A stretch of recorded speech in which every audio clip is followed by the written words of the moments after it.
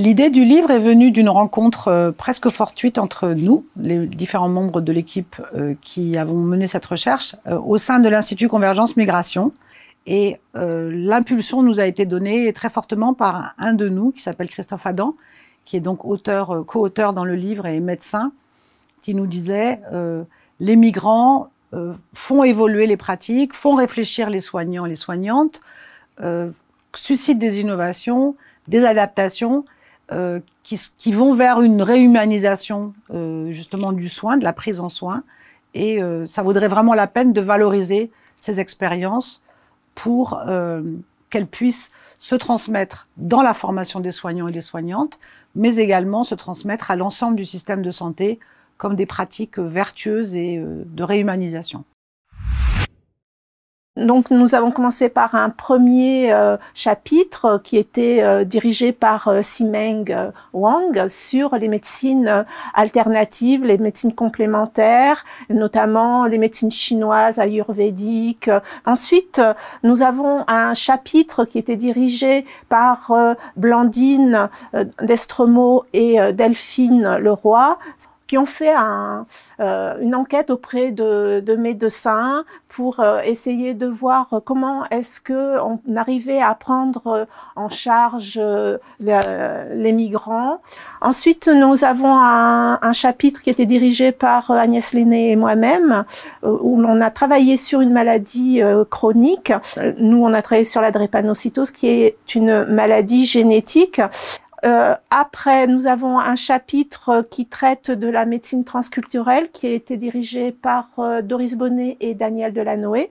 Et enfin, nous avons un chapitre qui est dirigé par Christophe Adam qui a fait des entretiens, des focus group avec des médecins généralistes où ils ont réfléchi à la vulnérabilité des migrants et à la manière de les prendre en charge. Et il s'est rendu compte donc qu'il y avait un besoin de formation chez ces professionnels. Je dois dire qu'en fait, je suis rentrer dans ce livre en hésitant presque un petit peu. Il y avait des idées, il y avait l'envie et la curiosité d'aller y voir. En fait, il m'a semblé que ce sujet était de plus en plus foisonnant. L'autre aspect du sujet, c'est aussi de constater l'immensité des besoins. Réhumaniser le soin, c'est pas que pour les migrants, c'est pour tout le monde. Et cette idée, en fait, que les migrants constituent un modèle, une sorte de paradigme dans lequel on peut entrer pour voir ce qui se fait et réadapter ça dans une médecine au profit de tous, semble une idée de plus en plus riche et de plus en plus forte.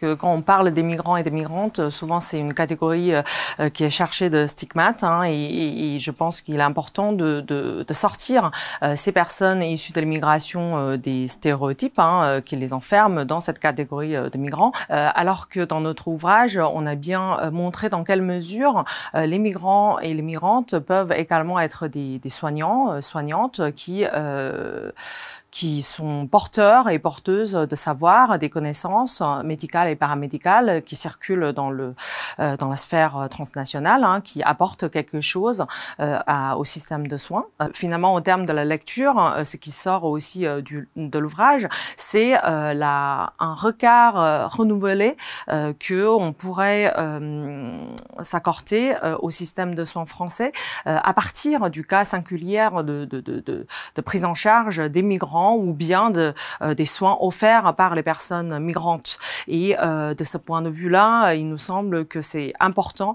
de questionner et de réfléchir sur notre système de santé français au regard et à la lumière de la prise en charge de ces personnes migrantes et de leurs pratiques professionnelles. Alors, l'une des perspectives et peut-être des envies est que cet ouvrage puisse contribuer à un autre moyen, un autre modèle pour la formation des personnels de santé. Et l'idée est vraiment d'axer cette nouvelle formation, donc cette formation à venir, en devenir, sur des expériences déjà réussies et abouties, sur des expérimentations quotidiennes telles que nous avons pu en présenter quelques-unes.